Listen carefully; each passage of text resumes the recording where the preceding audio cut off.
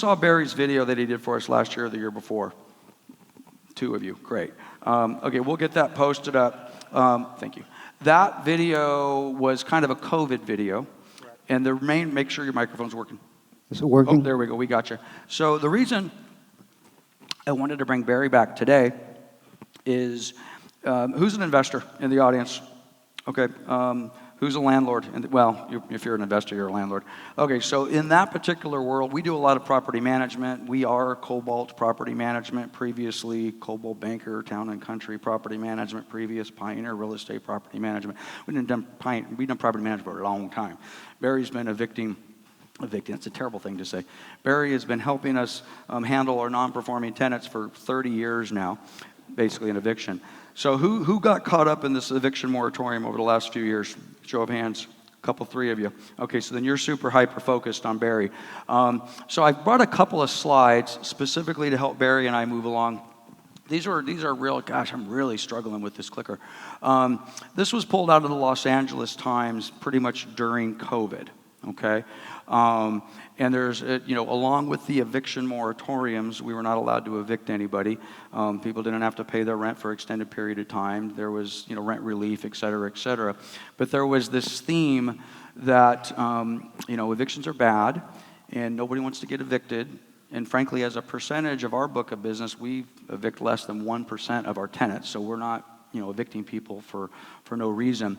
But what I asked Barry to do, and he'll give us a longer, more extended version, is just kind of give us this current situation. So where are we currently with the moratoriums? And then I've got a million questions after that. So are there any moratoriums within, let's say, a 50-mile radius of where we're at right now that we have to worry about? Yeah, if you own property in LA County, there's still more or less a moratorium. You can evict people for cause, but you can't evict them for owing rent. Okay, so if I own a property in LA County, they are still almost, 3 years now? Correct. And I won't even do anything in Orange County, or in LA County, because of the other working through the courts. The courts are bad enough in Riverside and San Bernardino County. Right. When I first started doing this 35 years ago, if somebody owed rent in January, and I gave a 3-day notice on January 3rd, I had them locked out by the end of January. Right. Now, when was this? Say 30 years ago. 30 years ago. All right. Okay. It's been a while. Right, but it's ridiculous now. Okay, stick with that theme, and I think I'm going to let you finish your thought. So in Riverside, San Bernardino County, all the moratoriums are over. Correct. Okay, but let's get back to that timing. Okay. So are we back to where we were pre-COVID? I filed a 3-day, I end up in court with a UD, I have a writ, and I have a lockout. What's the timing on that today? The timing is terrible. Something needs to be done with the court system. There is no incentive for the clerks to do any paperwork or to process paper. If I had a judgment today, it takes 1 month for the clerk to issue a writ, takes 1 month for the sheriff to do lockout, then it takes 3 months to get to that point. So after a notice is expired, you're looking at a 5-month period of time to do an eviction, whereby a landlord is not going to get rent for 5 months. Right. So let's back up. 30 years ago, it took 30 days. Let's go pre-COVID. So pre-COVID, I do a 3-day. They don't perform. I call you. You file the UD. We end up in court. What would be a normal period of time pre-COVID, from the time we gave them a 3-day to we executed with you on the UD to actually a lockout? What were we looking at? Probably 2.5 months. Okay, 2.5 months is now 5 months. 5 months. And the problem is they won't process paperwork over the counter. You have to drop off your summons and complaint with the clerk's office, and then they process it at their leisure. And it takes a month sometimes to get your summons and complaint back before you can even attempt to serve it. Right. And that's the other thing is the cause issues. Because of the Tenant Protection Act that they passed back in 2019, we have to have cause to evict a tenant. Of course, if they owe rent, that's the easiest way to go. That's the easiest cause.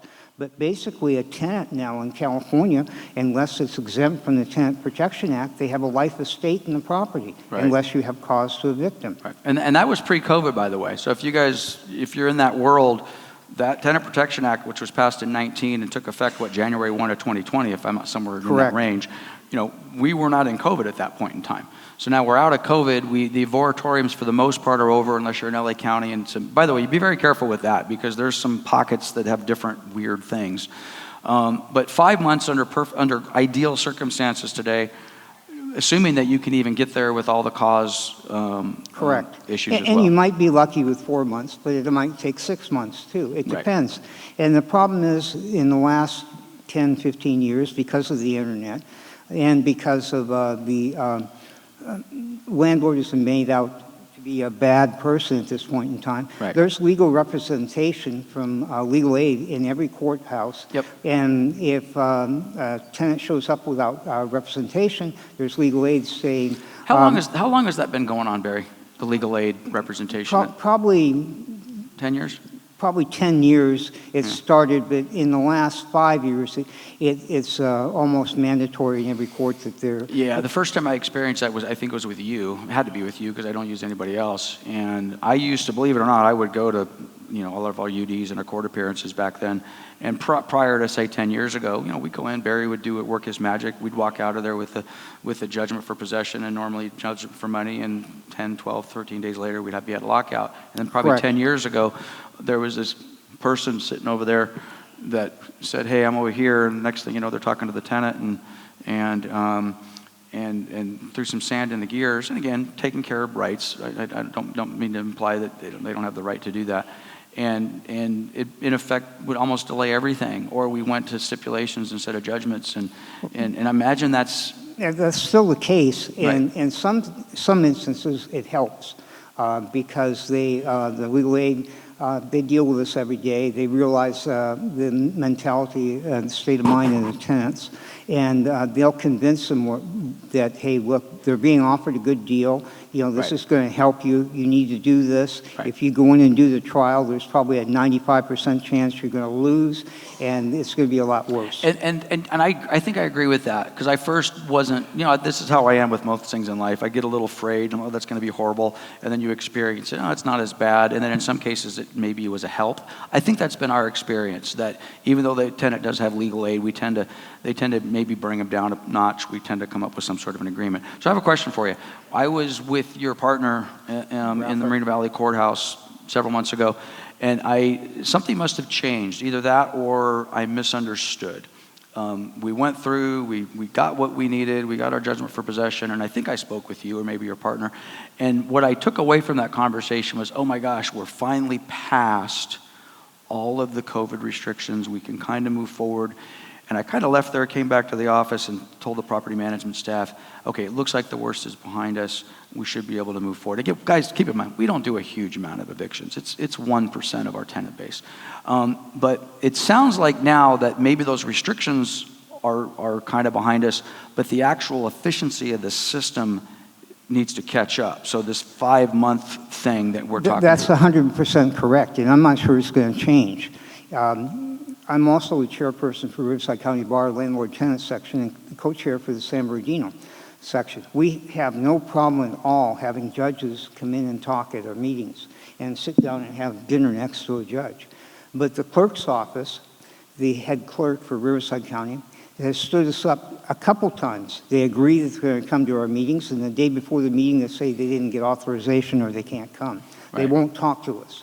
So something needs to be done with the clerks in Riverside and San Bernardino County to understand that, hey, if the rent's, I'm just going to do this for easy math, if the rent's $3,000 a month, that means the landlord's losing $100 a day, because nothing's being done in the clerk's office. And Is it really just as simple as manpower or just paperwork being pushed through the system? I don't know. It's kind of a priority thing to some extent, and they claim a staffing thing. But I'm not really sure exactly. That's why I'd like to sit down with somebody and talk to them and figure out what's going on and why. Right. There's no reason for this. Again, I hate to revert back to the old times, but maybe 25 years ago, in the courtroom, the clerk actually used to issue the writ after the trial. Yeah. Then we took the writ to the sheriff's office, and then 10 days later, we had a lockout. Yeah, But now it takes a month. Yeah. It's Just to get to what used to happen on the same day. Happened the same day in the courtroom. Right. And there's no priority at all to the landlords. You know, I think the scary part of that is I think we all see that in our own business, in our own lives. You know, I'm trying to buy a car. We can talk about my boat later for those of you that have been following my dilemma of my boat. But everything we do, it just, I don't know whether it's a staffing issue, whether it's a labor issue, whether people are working from home.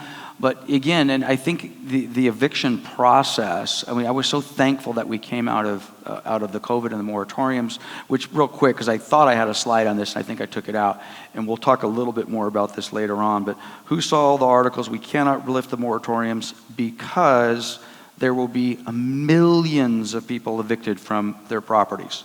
Okay. That hasn't happened. Well, of course not. The reality is our eviction numbers, and this is for us, I don't know whether it holds for the county or for the state or for the country, but our eviction numbers are actually lower, not because of the system. So is mine. But they're lower than they were pre-COVID. But we went through this moratorium for years and years and years, or not years and years, but at least a year and a half, 2 years, for a fear, quite honestly, for a fear of that ugly slide that I had up, which I can't seem to get going. Basically, the eviction equals death slide. God, that's a good-looking picture of you, Barry. Boy, if we don't get this fixed before Chris Thornburg gets here, his head's going to explode. These were the type of headlines that we saw. Eviction equals death. Very dramatic, right? Or, we're going to have millions of people on the street. It reminds me in so many ways of the foreclosure moratoriums back in the days, for those of us went through that, which in my mind did more harm than good, and quite honestly led to larger problems in our economy. So, Barry, we got a couple minutes left. So what's your message to our audience today if it comes to... There's one thing I'd like to speak on, and I wish the two supervisors were still here. That, again, government getting in the way, causing problems. Yep. And that being that, with the 7-month process in order to get a tenant out, per cause even, and then you have to waive the last month's rent. The individual landlord goes through that one time. Guess what they do? They sell their property. Yeah. And so what that does is that's one less rental market, one less house that's on the rental market, and it creates more of a housing shortage. So what they're doing with the laws and the slowness of the court, they're creating the housing shortage more. Well, they're certainly not helping. And, no, they're not. And as far as evictions go, and like I started to say a second ago, I'm doing fewer evictions now than I have done in 35 years. Fewer. Yeah, well, and we are too, but quite honestly, the reason we're doing fewer has nothing to do, well, maybe it has to do with some stimulus money and some other things, but we're not evicting people for failure to pay rent. Correct. Like we used to. Correct. I mean, the tenants are, who knows, 6 months from now, but right now they're paying their rent. Its cause is why I'm evicting most people, and that relates back to this entitlement mentality that's really developed in the last couple of years. I have 2 cases going on right now. One I just completed, one I'm starting, whereby the tenant has gone in there and damaging the property, and then calling code enforcement, and so the landlord's stuck with dealing with code enforcement and dealing with a bad tenant. And they have this entitlement mentality that they should be able to stay and live there for nothing, live there for free. And I think that is what has come out of the COVID, that there's a certain percentage of the bad tenants that now feel that they're entitled to the landlord's property. Yeah, that's a societal issue. I worry about, the entitlement aspect of this, and it's scary stuff. Okay, Barry, it's 10 o'clock. As you're walking off the stage, thank you, my friend. Thank you. One of the